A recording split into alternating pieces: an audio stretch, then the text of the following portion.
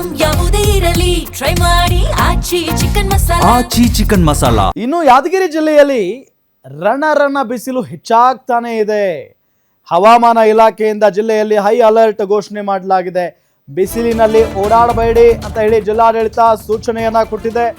ಬಿಸಿಲಿನ ಶಾಖ ತಪ್ಪಿಸಿಕೊಳ್ಳಲು ಕೂಲ್ ಡ್ರಿಂಕ್ಸ್ ಮೊರೆ ಹೋಗಿದ್ದಾರೆ ಜನ. ಸೂರ್ಯನ ತಾಪಕ್ಕೆ ಏರ್ ಕೂಲರ್ಗಳ ಮಾರಾಟ ಜೋರಾಗಿದೆ. ಅಲ್ಲಿ ಟ್ರಾಫಿಕ್ ಸಿಗ್ನಲ್ಗಳಲ್ಲಿ ನಗರಸಭೆಯಿಂದ ನೆರಳಿನ ವ್ಯವಸ್ಥೆಯನ್ನ ಕೂಡ ಕಲ್ಪಿಸಲಾಗಿದೆ. ರಸ್ತೆ ಮೇಲೆ ನೀರು ಸಿಂಪಡಣೆ ಮಾಡೋದಕ್ಕೆ ನಗರಸಭೆ ನಿರ್ಧಾರವನ್ನ ತೆಗೆದುಕೊಂಡಿದೆ. ಟ್ರಾಫಿಕ್ ಸಿಗ್ನಲ್ಗಳಲ್ಲಿ ಬಹಳ ಹೊತ್ತು ನಿಲ್ಲಬೇಕಾಗುತ್ತೆ, ಹಾಗಾಗಿ ನೆರಳಿನ ವ್ಯವಸ್ಥೆಯನ್ನ ಕೂಡ ಅಲ್ಲಿ ಮಾಡಿದ್ದಾರೆ. ಜೊತೆಗೆ ರಸ್ತೆ ಮೇಲೆ ಸ್ವಲ್ಪ ನೀರು ಸಿಂಪಡಣೆ ಮಾಡಬೇಕು, ಜನ ಓಡಾಡ್ತಾ ಇರ್ತಾರೆ, ಅವ್ರಿಗೆ ಸಮಸ್ಯೆ ಆಗಬಾರ್ದು, ಸ್ವಲ್ಪ ಕೂಲ್ ಆಗಿರಲಿ ವಾತಾವರಣ ಅಂತ ಹೇಳಿ ಅದಕ್ಕೂ ಕೂಡ ಈಗ ಜಿಲ್ಲಾಡಳಿತ ಮನಸ್ಸು ಮಾಡಿದೆ ಅಂತ ಹೇಳಲಾಗ್ತಾ ಇದೆ. ಮತ್ತೊಂದು ಕಡೆ ಈಗ ಕೂಲರ್ಗಳ ಖರೀದಿ ಭರಾಟೆ ಕೂಡ ಅಲ್ಲಿ ಜೋರಾಗಿದೆ.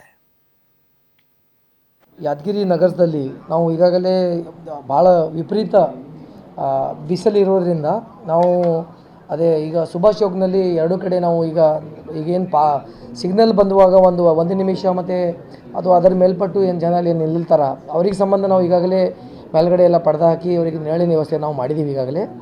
ಅದನ್ನು ಹೊರತುಪಡಿಸಿ ಮತ್ತು ಡಿ ಸಿ ಆಫೀಸ್ ಆಗಿರ್ಬೋದು, ಆಮೇಲೆ ನಮ್ಮದು ತಾಲೂಕಾ ಇದು ತಹಸೀಲ್ದಾರ್ ಆಫೀಸ್ ಆಗಿರ್ಬೋದು, ಮತ್ತು ನಮ್ಮ ಸುಭಾಷ್ ಚೌಕು 2-3 ಕಡೆ ಪಬ್ಲಿಕ್ಕಿಗೆ ಕುಡಿಯುವ ಒಂದು ತಂಪಾದ ನೀರಿನ ವ್ಯವಸ್ಥೆ ನಾವು ಈಗಾಗಲೇ ನಮ್ಮ ನಗರಸಭೆ ವತಿಯಿಂದ ನಾವು ಮಾಡಿದ್ದೀವಿ. ಈಗ ಅದನ್ನು ಹೊರತುಪಡಿಸಿ ಈಗ ಜಾನುವಾರುಗಳಿಗೂ ಸಹ ನೀವು ನೀರಿನ ವ್ಯವಸ್ಥೆ ಮಾಡಿರಿ ಅಂತ ಸಾಹೇಬರು ಹೇಳಿದ ಪ್ರಕಾರ ಒಂದು 3 ಪ್ಲೇಸ್ ನಾವು ಈಗಾಗಲೇ ಐಡೆಂಟಿಫೈ ಮಾಡಿದ್ದೀವಿ. ಸೊ ದನ ಕರುಗಳಿಗೂ ನೀರು ಕೊಡುವಂಥ ವ್ಯವಸ್ಥೆ ನಾವು ಈಗಾಗಲೇ ನಾವು ಮಾಡಲಿಕ್ಕೆ ಸಿದ್ಧತೆಯನ್ನು ಮಾಡ್ಕೊಂಡಿದ್ದೀವಿ. ಒಂದು ವೀಕ್ನಿಂದ ಸ್ವಲ್ಪ ಇದ್ರದ್ದು ಈ ಕ್ಲೈಮೇಟ್ ಸ್ವಲ್ಪ ಅಷ್ಟಕ್ಕೆ ನಾರ್ಮಲ್ ಆಗಿತ್ತು, ಅದಕ್ಕೆ ನಾವು ಇದು ಮಾಡಿಲ್ಲ. ಸ್ವಲ್ಪ ನೀರಿಂದು 44-45 ಡಿಗ್ರಿ ಸೆಲ್ಸಿಯಸ್ಗಿಂತ ಮೇಲೆ ನಮ್ಮ